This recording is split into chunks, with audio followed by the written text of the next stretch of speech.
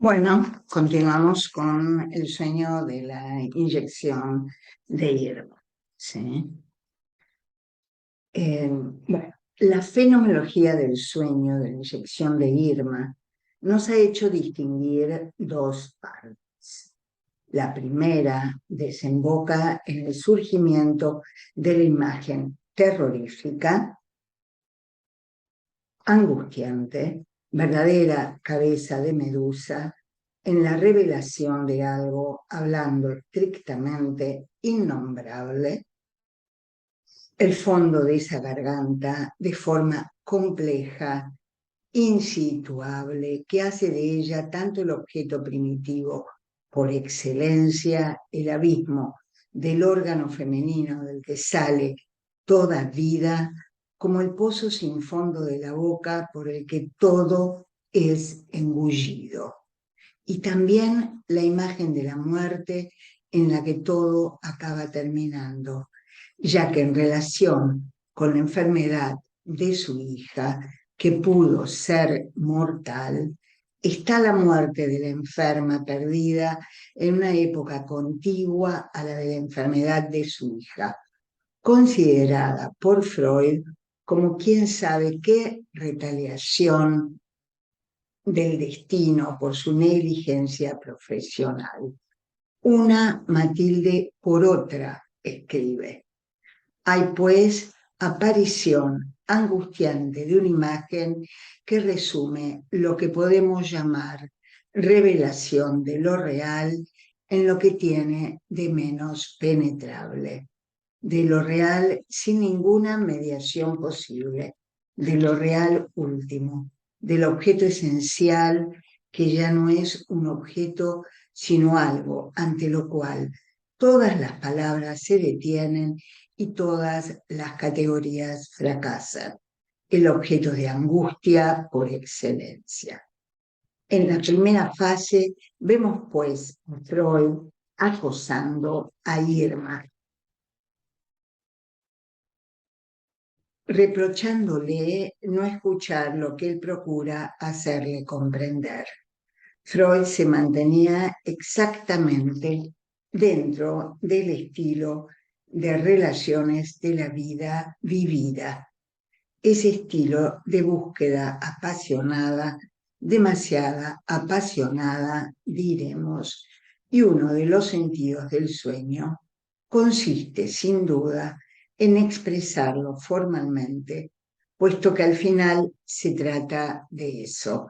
La jeringa estaba sucia.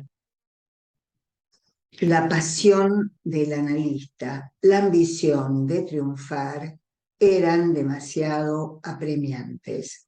La contratransferencia era el obstáculo mismo. ¿Qué sucede en el momento en que el sueño alcanza su primer punto culminante? Podemos hablar de proceso de regresión para explicar la profunda desestructuración que se produce entonces en lo vivido por el soñante. Las relaciones del sujeto cambian por completo. Este pasa a ser algo muy diferente.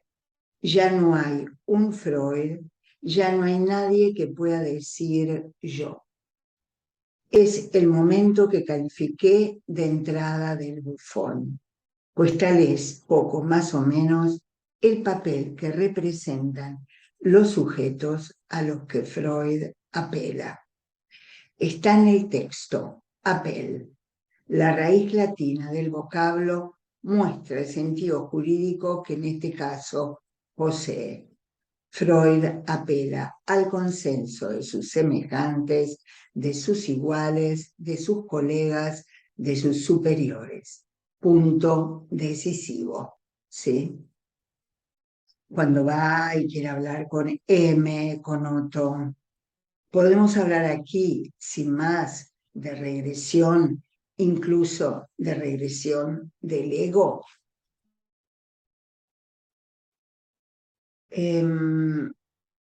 Eso es lo que se pregunta después de todo un desarrollo de lo que él considera la cuestión del ego, que no es una regresión del ego, sino una del yo, sino una descompensación imaginaria del yo. Después sigue, ¿no? Vamos a seguir en la página 251. Tenemos necesidad de recurrir a ello para comprender ese viaje del sueño, ese paso de una fase a otra. No se trata, tenemos que recurrir a pensar la regresión del yo para pensar el pasaje de una fase del sueño a otra, y aclara Lacan. No se trata de un estado anterior del yo, sino literalmente de una descomposición espectral de la función del yo. Vemos aparecer la serie de los yo, porque el yo está hecho de la serie de identificaciones que han representado para él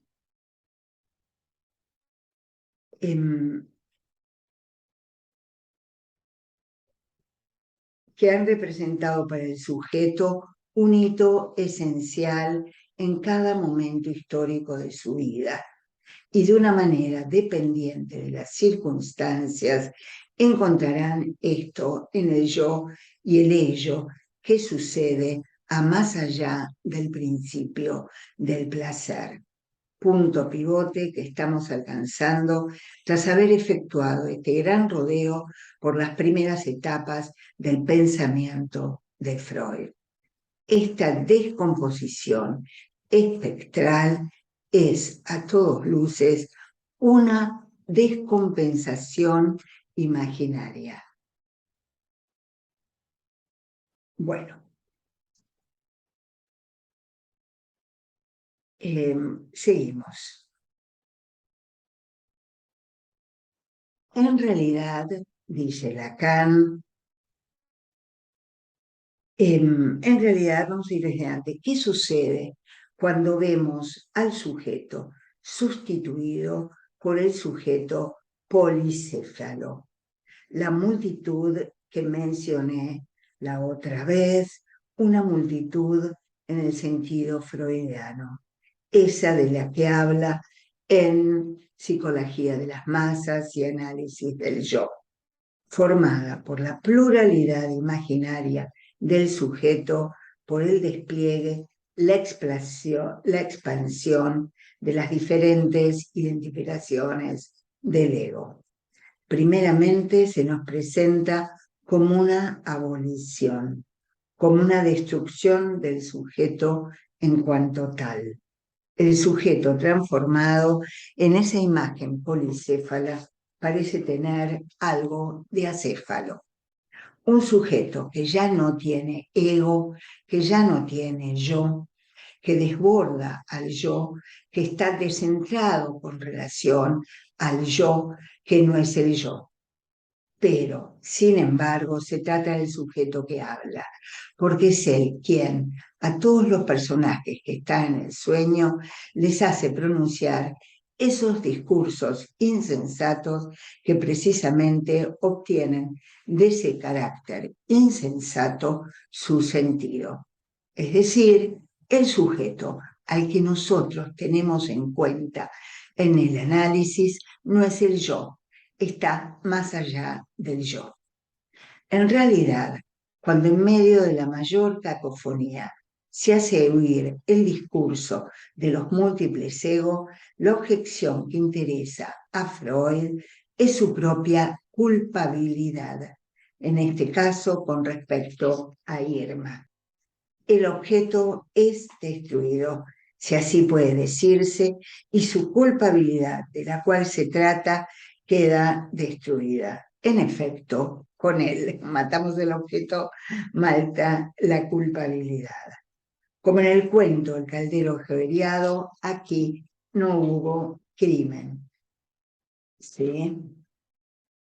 Aquí no hubo crimen. ¿Sí? Puesto que en primer lugar la víctima, el sueño, lo dice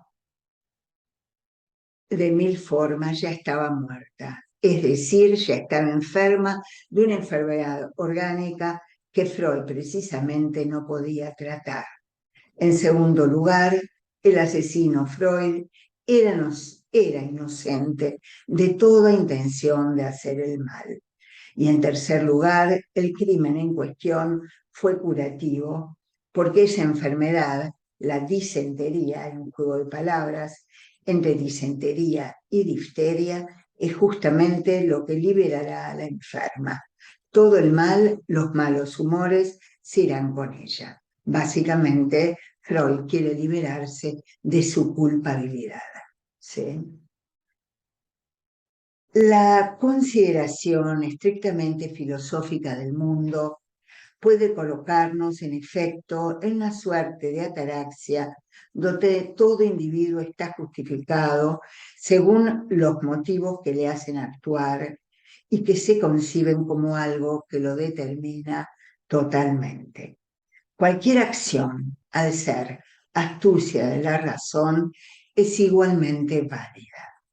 El uso extremado del carácter radicalmente simbólica de toda verdad hace perder, pues, su agudeza a la relación con la verdad. En medio de la marcha de las cosas, en medio del funcionamiento de la razón, el sujeto se encuentra desde el comienzo del juego con que ya no es más que un peón empujado al interior de ese sistema y excluido de toda participación propiamente dramática y por consiguiente trágica en la realización de su verdad. Hay aquí algo extremo y que ocurre en el límite del sueño. Freud reconoce en su total declaración de inocencia el móvil secreto de ese sueño, el objetivo perseguido por lo que llama el deseo estructurante. Esto nos lleva a plantearnos el problema de la articulación entre lo imaginario y lo simbólico. Lo que quiere decir aquí, y esto es muy importante, más allá de lo que ha venido acá diciendo, de la cuestión del yo, de la desestructuración del yo imaginaria, del valor imaginario, predominantemente imaginario, porque lo va a decir después, que está articulado entre lo simbólico y lo imaginario, que el yo es producto de la articulación entre lo simbólico y lo imaginario. Después pasa a hablarnos de la culpabilidad de Freud, la culpabilidad ligada a esa inyección, a esa solución que le ha dado erróneamente a esa paciente cuando él era médico, ¿no es cierto? Y el deseo de él de liberarse de la culpabilidad que en este caso está articulada a Irma, a que Irma no se cura, pero que reactiva en él la culpa por esa paciente a la cual le había dado la solución, la inyección incorrecta, ¿sí? Y ahora pasa a hablar de algo muy importante, y que es en este momento para él hay un predominio de lo simbólico sobre lo imaginario. Y para él hay una determinación. El sujeto no es más que un peón. Hay una determinación simbólica de su existencia. Y él está ubicado como un peón en su existencia, ¿sí? Hay determinaciones simbólicas de su existencia que lo excluyen de cualquier decisión dramática o trágica de su existencia, ¿sí? Sino que hay una determinación previa. Ya les dejé percibir la función mediadora de lo simbólico cuando al intentar encontrar una representación mecanicista de la relación interhumana, la tomé prestada de las experiencias más recientes de la cibernética. Supuse un cierto número de esos sujetos artificiales captados por la imagen de su semejante. Para que el sistema no se resumiera en una vasta alucinación concéntrica cada vez más paralizante, para que pudiera girar, hacía falta la intervención de un tercero regulador que debía poner entre ellos la distancia de un cierto orden dirigido. Pues bien, volvemos a encontrar lo mismo bajo otro ángulo. Toda relación imaginaria se produce en una especie de tú o yo entre el sujeto y el objeto, es lo que les mostré en el esquema lambda, ¿sí? Tú o yo, ¿sí? Tú o yo, es una relación imaginaria de tú o yo directa, ¿sí? Es decir, si eres tú, yo no soy. Me acuerdo de ese músico que mató de pronto a alguien en un garage pensando que era él o yo, era él o yo, soy él, es ella o yo, ¿sí? ¿Sí? Es uno u otro. Si no la mato, no soy. Si soy yo, eres tú el que no es. Aquí es donde interviene el elemento simbólico. En el plano imaginario, los objetos solo se presentan ante el hombre en relaciones evanescentes. En ellos, el hombre reconoce su unidad, pero únicamente en el exterior. Y en la medida en que reconoce su unidad en un objeto, se siente en relación a este en desasosiego, ¿sí? Cuando alguien depende a nivel imaginario, ¿no? Cuando alguien depende terriblemente de otro objeto, un objeto erótico, otra persona, se siente entonces en desasosiego, ¿sí? Porque si toda mi unidad, mi ser pasa por el otro, obviamente me voy a sentir en relación a ese ser absolutamente inerme, en desasosiego, desamparado, porque mi ser pasa por el otro. La vida instintiva del hombre se caracteriza por el desasosiego, la fragmentación, la discordancia fundamental, la no adaptación esencial, la anarquía que abran todas las posibilidades de desplazamiento, o sea, de error. Lo demuestra la experiencia misma del análisis. Además, puesto que el objeto solo puede ser captado como espejismo de una unidad imposible de ser reaprendida en el plano imaginario,